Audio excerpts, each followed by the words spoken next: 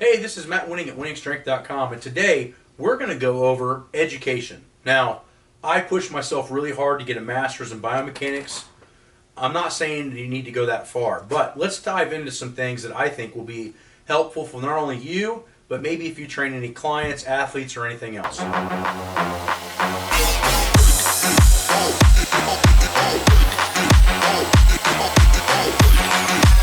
So, one of the big things that we need to talk about is education, right? So we listed that in the beginning, but what does it mean?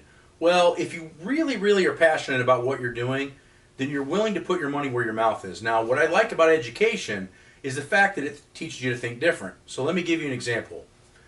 Two of the classes that I had in graduate level were entrepreneurship, and another class was advanced business. And what I started to realize was in advanced business and entrepreneurship is that I actually learned more than the stuff I learned in my actual field.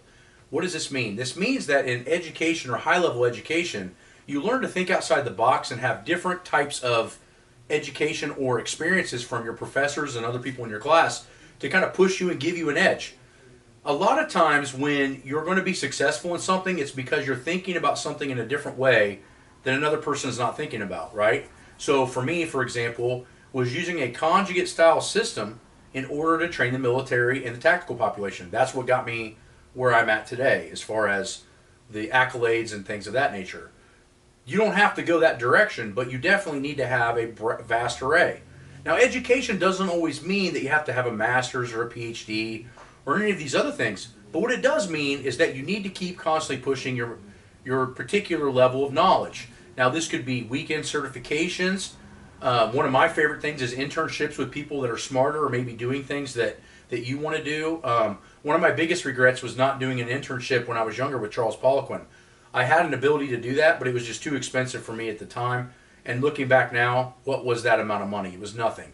So a lot of people are like, well, I can't afford to do this or that. Trust me when I'm telling you, $5,000 or $10,000 to go learn something in a 20, 30-year span if you're really passionate about something is nothing. It's going to make you worth hundreds of thousands of dollars. So with that being said, internships are massive because a lot of times if you come with the right attitude, right, showing up early, doing above and beyond what's expected of you, people are going to dump and pour a lot more knowledge into you if they feel that you are, one, taking the information personally, and two, you're utilizing the stuff that they're teaching you. So I like internships, I like certifications, and I like degrees. Now, it does matter where those come from, right? You don't want to get an average degree from some college, right? We have a couple local colleges here that have exercise science programs, and the professors have done absolutely nothing. So when the student comes in, they might already have a degree, but they don't know anything in the field because they didn't learn from anybody that did anything in the field. So if you're thinking about going to college for exercise science or you're thinking about doing those types of things, that's awesome, but make sure you're doing your research on your colleges and make sure that the professors that are going to be teaching you something are masters of their trade and they have done some impressive things in their field, okay? Some of the biggest accreditations that I like are the personal training certification from the NSCA.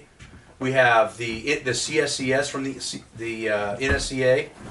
We have the ISSA, which talks a little bit about compensatory acceleration that was designed by Fred Hatfield. John Russin has a pain-free clinic that's really good and teaches you a lot of different things.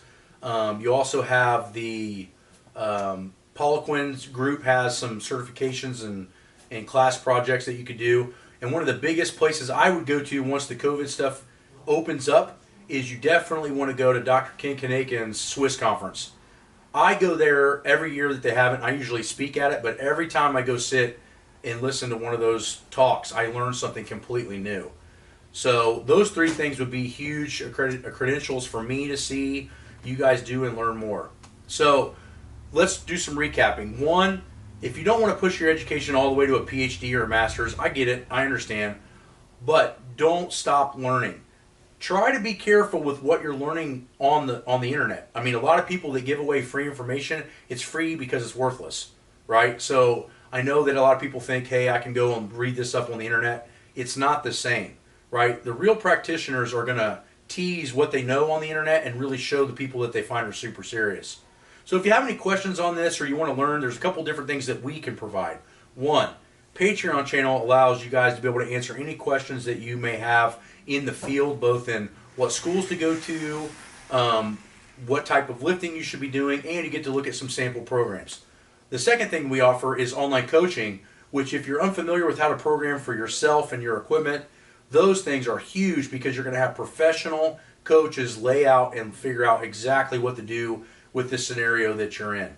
3, the cheapest way to go is obviously Patreon, and the next is buy the manuals.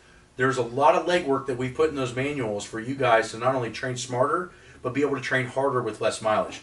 So I hope this helps a little bit and gives you guys a little bit of an insight on why is education important, because people ask all the time, Matt, why do I need a degree? You need to learn to think outside of the box. You need to have experiences with other professors and students and classmates that have done different things. That was the real power for me getting my master's degree, was it opened my eyes on so many other variables in order to be successful. So I hope this helps you guys make great decisions in your life, and contact us if you need any help.